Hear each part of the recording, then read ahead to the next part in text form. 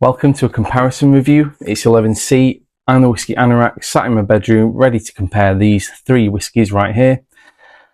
I buy everything that I review and everything that I compare, and everything you see I've bought basically, because I want to present an honest opinion based on things that I've bought with my own money, and essentially to be independent and to be a voice where you can rely that what I'm saying is my own opinion.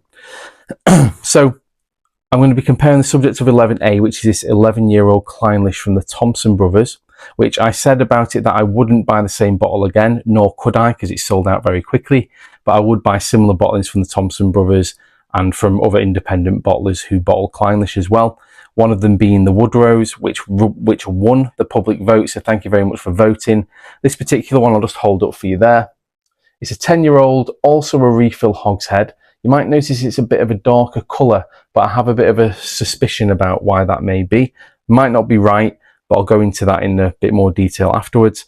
So that's the winner of the public vote, which I'll be comparing to this one. My choice, excuse me, is this Sutherland blend. I have difficulty saying that. It's also by the Thompson Brothers. It consists of 73.72%, because I know you other Anoraks will want to know that, of Clynelish, and 26.28% of Dornoch distillery, which is the Thompson Brothers distillery basically. And I thought this would be a really good one to choose to compare to a Clynelish on its own, to see what effect about a quarter of Dornoch distillery, which uses very traditional methods, has on the Clynelish spirit. So I'm going to pour these out. There's another glass here, but that will become clear wine that's there in a little bit, hopefully. We've got a couple of things I just want to go through whilst these are going to be opening up. I'm going to try and keep this episode, it's probably going to be slightly longer, about half an hour, because there's a few things I want to cover with this. But essentially what I'm going to be doing, I'm going to be smelling these, I'm going to be giving you the sensations, the all-important texture information of what I get with these, and the taste notes. The smell and taste notes aren't going to be too detailed. I'd rather focus on the quality of what's in the bottle a little bit more. And I will say that, you know, these bottles are all not over filtered. I would say out of these three, the one with the most sediment that I can see in the bottle is the Woodrows. There is still sediment in these two by the Thompson Brothers, but I've said before that I think that whatever they're doing, there doesn't seem to be as much sediment as that I see in Thompson Brothers compared to other bottlers that I've got, such as Woodrows, Cadenheads, James Eady. Doesn't mean that they're overly filtering, because they do turn cloudy. It just means whatever equipment they're using, which I'm not sure what they use, I would like to know, is potentially just taking out a little bit more of that sediment. You know, doesn't have anything to do with whether it is in a good cask, or, you know, or whether the whiskey, the spirit was well made or anything like that. It's just a point to tell you honestly what I find in bottlings from the Thompson Brothers, and I've got about nearly 20 bottlings from them, so I think I can speak with some, you know, experience that I just don't see as much sediment as I do in the many Cadenheads bottlings that I've got, but I'm not going to go too much into that. So in 11A, I talked about Clynelish and its texture and what the origins of it is, you know, potentially is. A lot of people talk about the faints receiver and how there's gunk that builds up in it, and that's the cause of some of it. And when Diageo basically decided to clean the distillery very thoroughly, it got rid of a lot of the character, you know, the waxy character, the waxy texture, which people associate so strongly with Clynelish. And I just wanted to make sure I've explained myself correctly when we're talking about distillation. I'll try and keep this focused on Clynelish, because this could be a whole topic on its own, to be honest. I'm just going to make sure I set an alarm, because I don't want to go too long. So basically, in distillation, we know you have a wash. In double distillation, you have a wash still, you have a spirit still. The wash still gets distilled until essentially 0% alcohol. That's called the low wines. That gets put into the spirit still, and then it gets distilled again. It's more complicated than that, but I'll go into that in a second. So when you're distilling in a spirit still, the first bit is called the foreshots, which is collected and not used. The bit after that, when it gets to, that's going to be high percentage volatile compounds that you don't want going into the final whiskey. Once you've got past that bit, there'll be a certain percentage that the distillery decides they're going to start taking the spirit cut, essentially, and that percentage varies depending on what sort of profile the distillery is looking at. And what they do when they start collecting that will go into the spirits receiver, and that's called the heart cut. Once they get to a lower percentage, and you know, it could be in the low 60s, it could be in the 50s, in the high 50s, somewhere around there usually, they'll stop the heart cut and they'll switch over to the faints receiver, which will receive the heavier compounds. And what they'll do is they'll distill the rest of it, and that will go into the faints receiver essentially. And what's left in the bottom is called spent lees. And yeah, that faints receiver will sit there until the next spirit run. And I told you it's a bit more complicated than that, because in the spirit still, what happens is you'll have about 30-40% of the low wines that's come directly from the wash still, but that will be mixed in with the foreshots and the faints from the previous distillation run. So when we think about double distillation in whiskey, really we're talking about 2 stills, or you know, a pair of multiple pairs of stills. Really what's happening is a portion of that liquid is actually being distilled many times in a cycle. And the more times you go around in that cycle, the more condensed that's going to get, and the more you drain the faints bit into the faints receiver, the more gunk's going to build up. And if you don't clean it, it's going to impart into the whiskey that's produced. Because the reason this is done, this cycle, is so that they don't waste anything, because some of these longer chain alcohol and flavor compounds, proteins, fatty acids and stuff like that, they take a bit to break down, but after going through the cycle a few times and being recycled, they do break down and eventually make it into the heart cut. But yeah, that's just something to bear in mind, like something that I don't know if everyone's clear on. I certainly wasn't until recently, that you know, some of the distillate that goes into your whiskey has actually been distilled quite a few times, you know, potentially 5 or 6 times, even though it's still double distilled. Just something to bear in mind. So anyway, before I go too much onto a tangent with that, this faints receiver is probably a big part of the character of Clynelish, but other things as well, you know, because I've had quite a few bottles of Clynelish and I find the texture is variable, you know, whatever the year it's produced in, you know, whatever the cask type. I think it's a lot more down to the production at the time, like where the stills worked a bit harder, where they run faster, which means that you're not going to get as much of that build up passing on into the actual spirit that goes into the cask. It could be different grain supplies, different, you know, fermentation times, different yeast used. There's a lot of variables that can affect it, and I find that in terms of the texture, Clynelish is quite variable. So it's just something to bear in mind, that I don't think it's as simple as just saying it's the faints receiver, although I do think that is a big factor in there. So I'm going to nose all these now. I'm going to try and compare mostly to this one. I will compare these two as well, but I'm going to try and stick to comparing it to the subject of 11A mostly. Okay, so on the nose, just to remind ourselves with this one, tropical fruit, quite greasy on the nose. It's got a little bit of a spirity nose as well, but definitely tropical fruits, pineapple, I'd say dragon fruit, mango. Initially it's very fruit forward on the nose. Okay, let's compare it to the Woodrows. This has got a deeper smelling nose to me. This is heavier. This is more malty. Slightly heavier fruits, less tropical, more orchard fruits like apple, pear. It says that this is a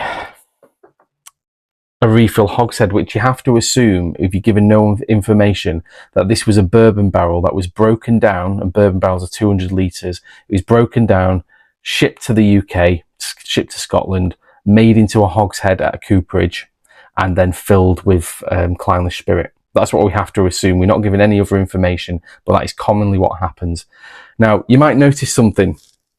These are both refill hogsheads, but the colour is quite different. Now, this could be for many reasons, because nothing's ever simple with whiskey. It could be that this is a 3rd or 4th fill cask, could potentially be, and that's why the colour is lighter. This could be a 2nd fill cask, and that's why the colour is darker, because there's more tannins and, you know, more substance in the wood to draw out to affect the colour. I don't think this is definitely not ex-sherry. I'm not getting any notes from that, but I do wonder, because I am getting a little touch of spice on the nose, bit of spiciness, and I think I wonder whether this is made up from potentially American oak staves, which are associated with more vanilla, caramel, toffee notes, and potentially Spanish oak, which is associated with more, you know, fruity, orangey, spicy sort of notes, more tannic. I don't know that. There could just be the variations in the wood that make up for that, but I'm just wondering whether that's partially the reason why this is a bit darker and spicier. But we're not giving any information to tell us either way. I'm just going purely off what I'm smelling. So let me just smell this Sutherland.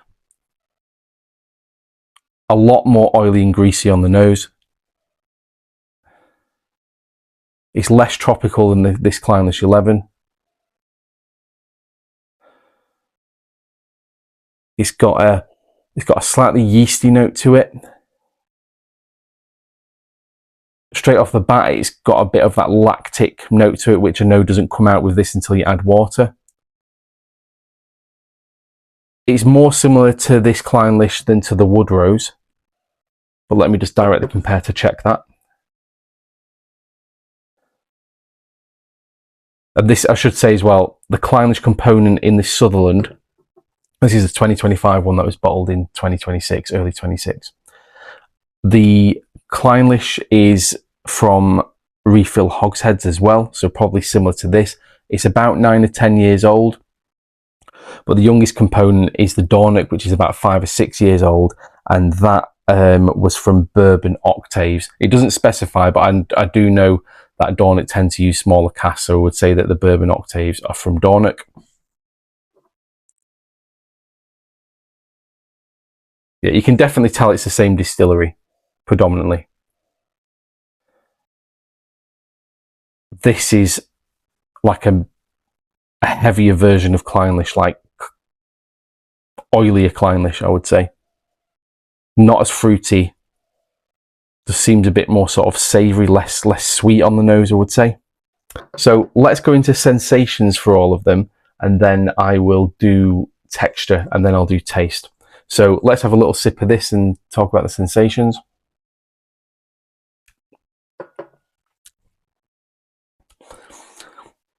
Slightly sweet on the arrival, touch salty, sour, a little bit bitter. Say the bitter is more predominant towards the end. So sweet, little touch of salt, some sour, but mostly sweet, bitter. Not really getting much savoury off this particular one. The Woodrows,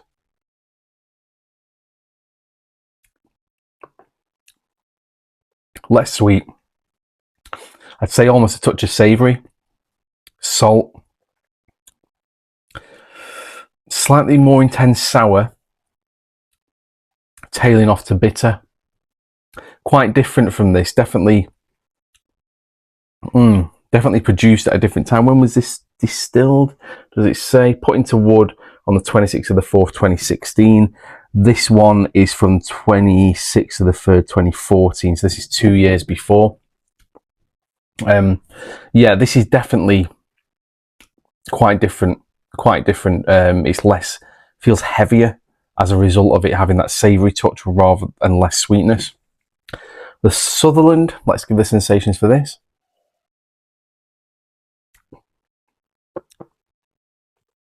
Wow. Oh, not as much sweetness at all. Savoury bitter at the start. I'm getting less salt somehow. Not getting as much sour either. I'd say that it's savoury bitter for the most part. Quite interesting. Let me have a sip of water. Let me discuss the all-important texture. So to remind ourselves with the Clynelish 11 from the Thompson Bros.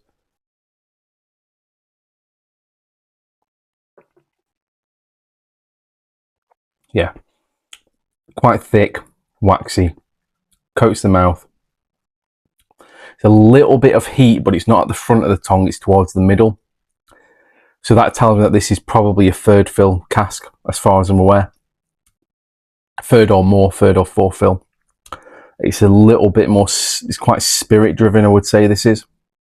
And yeah, it coats the mouth, waxiness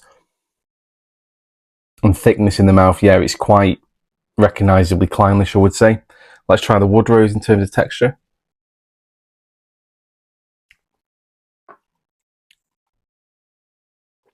Wow, quite significantly thicker actually. Still got that heat in the middle of the tongue because it's 10 years old, refill wood. It coats the mouth quite a bit more than the Thompson Brothers bottling. It feels thicker, like more resistance in the mouth, because waxiness really is like a resistance feeling in the mouth, and then afterwards it feels like your mouth's coated with a thin film of wax essentially, and definitely more so here, I would say, more noticeable. Same sort of heat that I get though in both of them on the middle of the tongue.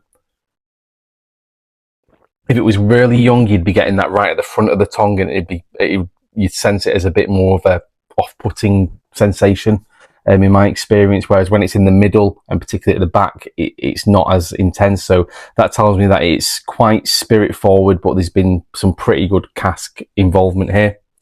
So the Sutherland, which is the blend of the Clynelish and the Dornoch, let's do the sensations for this one. Sorry, the texture for this one.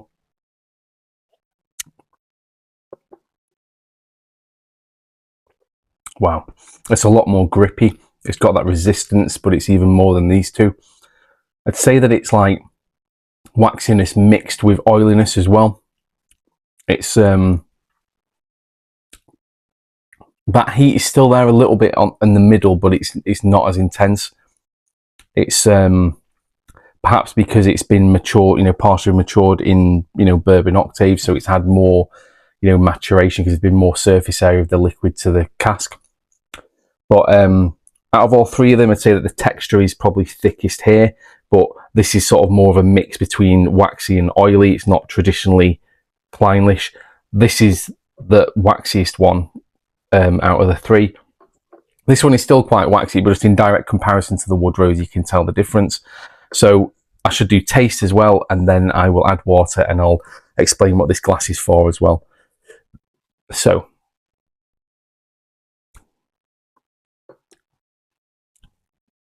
yeah, pineapple, mango. It has got a bit of yeastiness to it, some maltiness. It's got pears. It's I am getting a bit of that lactic note coming out now because it's been sat in the glass for like 15 minutes or so. So I am getting that coming through a little bit. Also, yeah, there's just that touch of toffee, little touch of oak at the back, but it's mostly still fruit forward, I would say. So the Woodrows, I'm just gonna have a little sip just to take that out of my mouth. The Woodrows taste.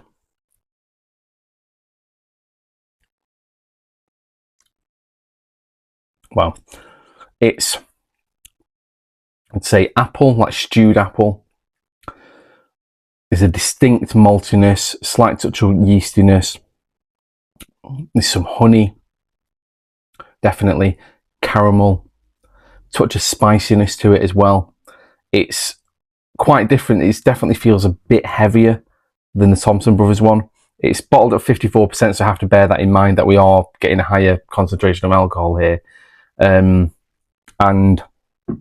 yeah, it's got a little bit of like biscuitiness to it as well. Yeah, I'm quite impressed with that, to be honest. Out of these two so far, on the taste notes, I would say that the Woodrows is slightly more interesting to me, but we need to add water to really investigate a little bit further. Wow. Malty, yeasty, fruity as well, but the fruits are less distinct than in the Clynelish on its own. I'd say that with the Sutherland, it's a lot more savoury, getting a lot more biscuity, savoury porridge. Yeah, less fruit forward. I'd say it's yeah, it generally just feels like a heavier whiskey, to be fair, out of all three of them. And yeah, that quarter of Dornoch that's been added into it has really changed it quite significantly from being fruit forward to being more malt forward. So I'm going to add some water now, and what I'm going to do is to to the Thompson Bros Clynelish and to the Sutherland, I'm going to add half a teaspoon, and to the Woodrow's bottling, I'm going to add 1 teaspoon, because it is at a bit of a higher percent, and I want to try and bring it down to more of a level. And I have, like, in the lead up to this, I have been practicing. I've been like testing how much water to add to this one and to all of them. To be fair, I've tried them all in the week just to see what it can take, and generally I do find that a teaspoon is about my sort of amount that I like. But in the case of this Woodrow's, I find it can take a little bit more because it is that bit more higher in the ABV. So let me just move these over, and whilst they're opening up, and I'm going to do the same as what I've just done again, but before I do that, I just want to bring something to your attention, and I hope you can be patient. I'll try and make this as quick as possible.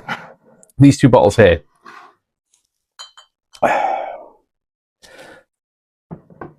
Edinburgh and Balkan. I reviewed these. This was my first review, and this was my second review.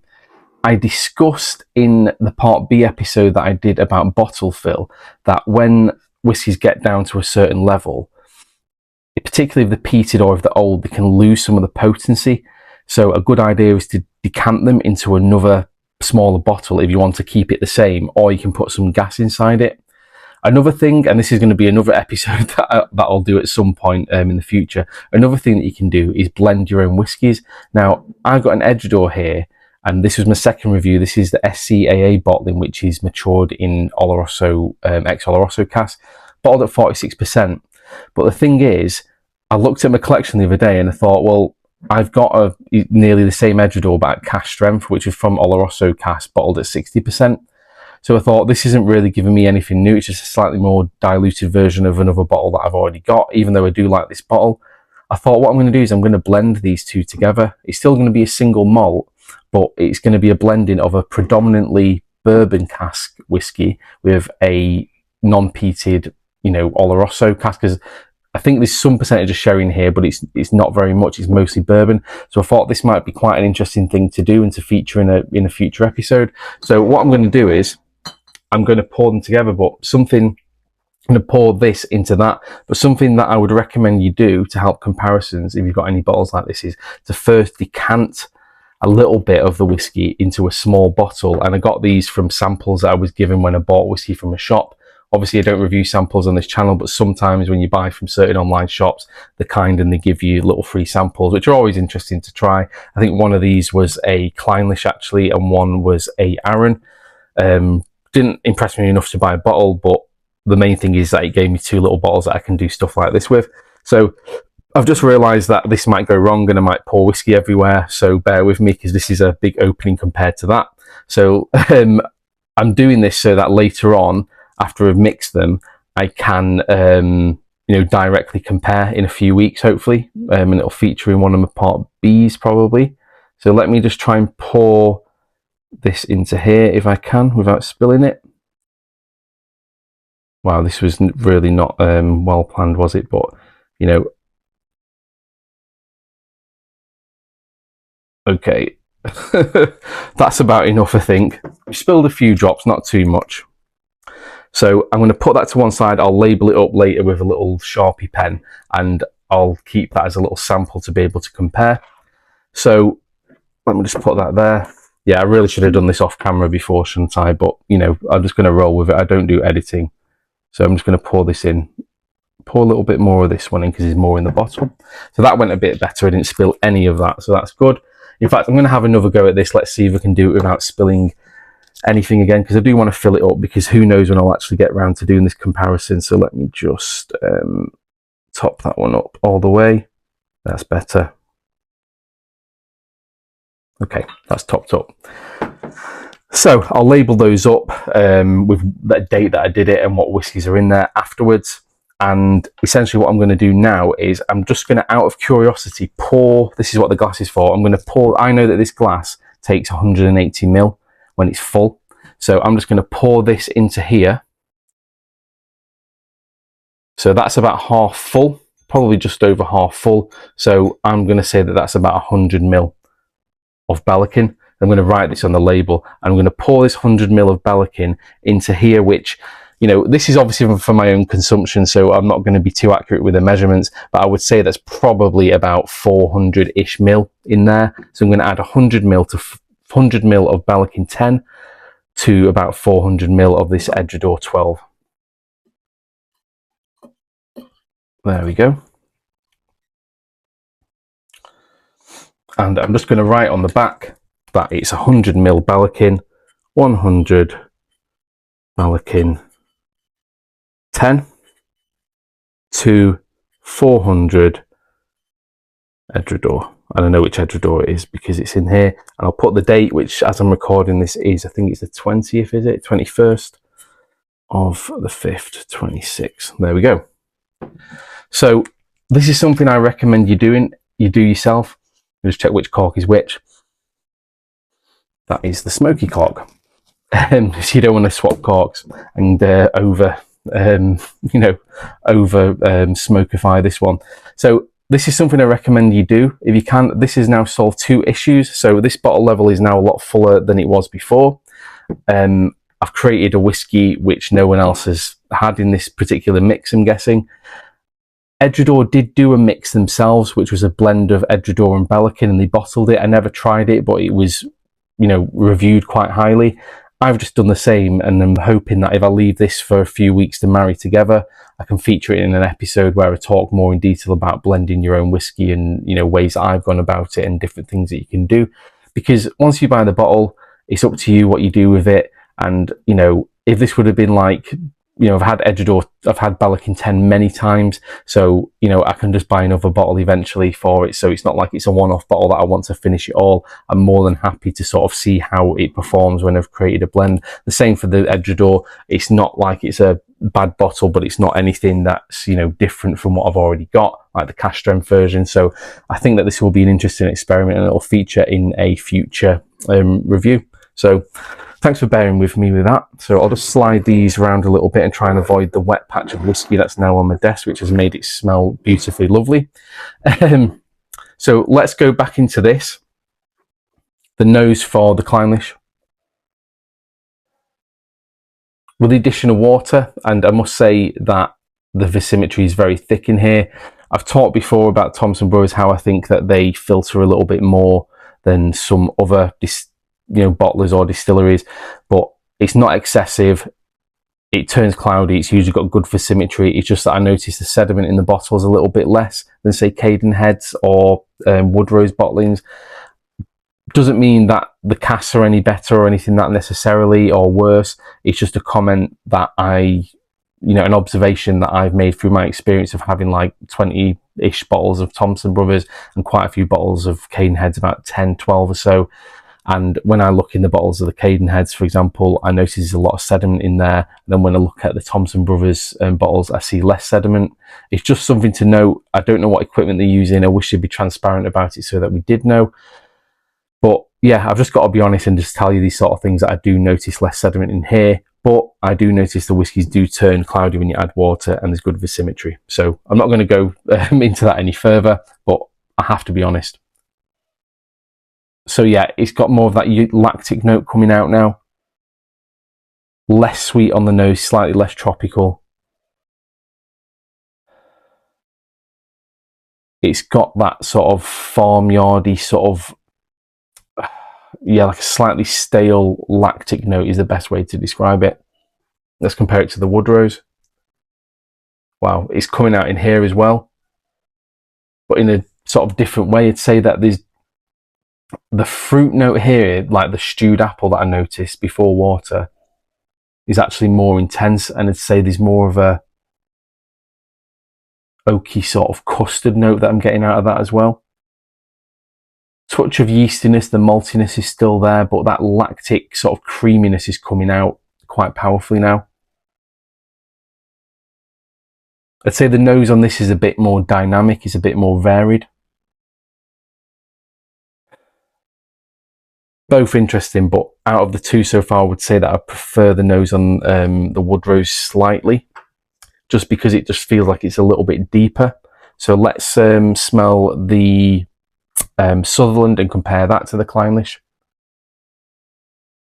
Okay. Again, that is savoury. Oh, it's not sweet on the nose at all. I am getting more fruits now. There's a bit of an apple, vanilla, some lighter notes, although it's not sweet with it. Some sort of vegetal,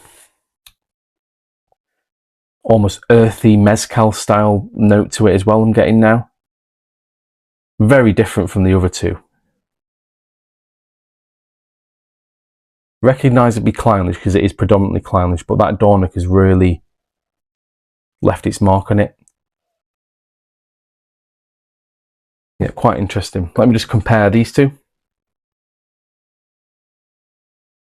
Yeah. These two seem a bit more similar now with the addition of water. There's a heaviness to both of these, which I'm not really getting from the Thompson Bros bottling. But this one definitely has more of a yeasty, savoury nose than this one, which is still quite fruit forward. I'm not getting the lactic note as strong in here, but it was sort of there from the beginning. So yeah, I'd say that this has changed, probably changed a bit less with water than the other two have. So sensations for the Clynelish 11.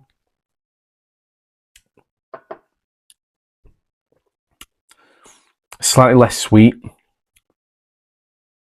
So it's like slightly less sweet, although it is a touch sweet on the arrival. Salty. The heat's died off a little bit now with the addition of water, I might add. It's, yeah, there's not as much sour because there was a touch before. There's a bit of bitterness there as well. So it's not really changed that much on the sensations, to be honest. But that heat has died down a little bit.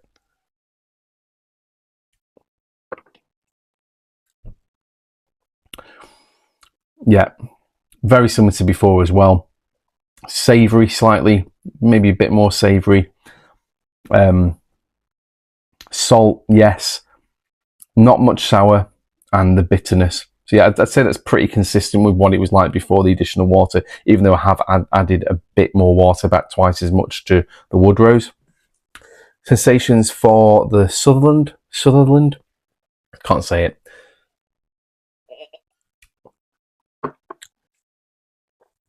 Savoury, touch more salt, bitter, and a little bit of sour, but it's mostly savoury, savoury bitter, I would say. A little bit more salt on there now. Just rinse my mouth a little bit and then I'll give you the texture for all three. How are we doing for time? Not too bad, not too bad. Texture?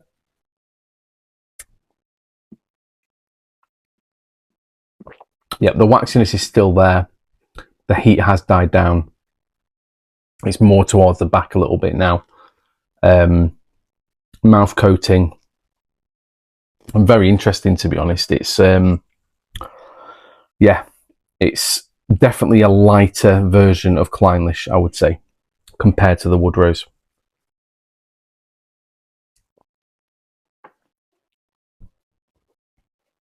It almost is so waxy, possibly even slightly more waxy with the addition of water. It almost makes your mouth sort of feel squeaky a little bit. There's a definite resistance in your mouth as you run your tongue across the roof of your mouth. I'd say it's significantly waxier than the Thompson Bros bottling, definitely. Sutherland.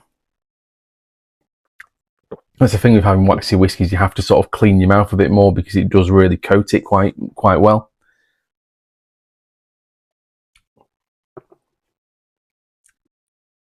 Yeah, a perfect mix of oil and waxiness, I would say. It's not often, all three of them aren't really affected by the addition of that water, to be fair. It's still pretty much the same. I would say in all three cases that heat has come a bit further back. It's not as predominant with the water, but that's quite common once you add water and leave it to open up for a while. The texture of all three is pretty much what you would expect from Clynelish, but it's particularly waxy in the case of the Woodrows, and it's combined with quite an oily, thick greasy element from the Dornoch that combines beautifully with the waxiness from the Clynelish, which is probably very similar to the Clynelish here, to be fair. Probably like about a year or so younger. So one more sip of water and then I'll taste them, and then that will be that. So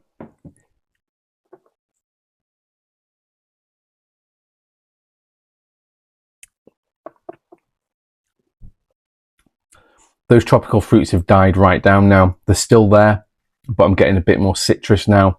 I'm getting a bit more apple, pear, touch of maltiness coming out, but that lactic, farmy sort of note is really quite predominant, and I actually prefer it, Clynelish, after you've added water and left it for a bit, because I feel like it's just much better balance between the fruit and the, you know, the deeper sort of lactic, you know, the results of the longer fermentation times that they use at Clynelish certainly come out after time in the glass.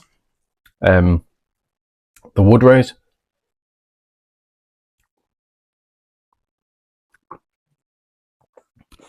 yeah, the stewed apple stayed there, probably slightly less prominent. I'm getting a bit more of a biscuity touch of gin, yeah, bit of biscuity, sort of ginger biscuit, caramel, touch of spiciness there. Yeah, and there's some maltiness as well. So it's changed a little bit. I would say some of the fruitier notes are, yeah, slightly reduced, but yeah, it's generally a bit more balanced. You're getting a little bit of that lactic as well. I would say it's not quite as predominant as here though. Interesting. And then the Sutherland taste, and then that will be that.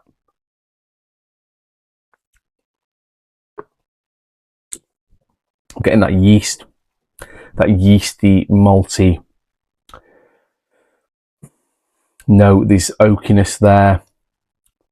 It's greasy. There's some apple, getting a touch of citrus from it as well. It's very interesting. All three are recognisably Clynelish, but I think the Dornoch just adds that savoury sort of edge to it. There is some sort of a little touch of like custard biscuit as well here, but the biscuit sort of notes are more pronounced here, I would say, and that touch of spiciness that I get from this really makes it more interesting. I mean, you know, I've compared these three now, but I would say if I had to choose one of these bottles, you know, and they're all different, I would probably choose the Woodrows, because I like that touch of spice that it's got to it. I like the fact that it's a little bit deeper, and I like that it's got probably the strongest texture in terms of waxiness.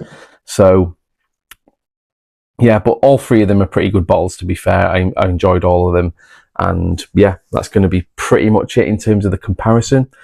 So I hope you enjoyed that. I hope it didn't go on too long. I can't see exactly how long I've been going on, but I set my timer and it has overrun.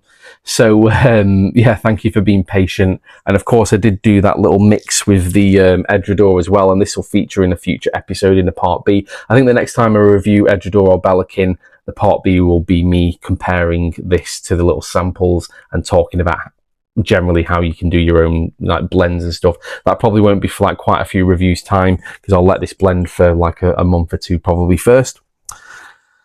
So next time, which will be 12A, I'm going to be reviewing a non-age statement whiskey from a distillery that I've already featured before, and I think it's quite a popular whiskey.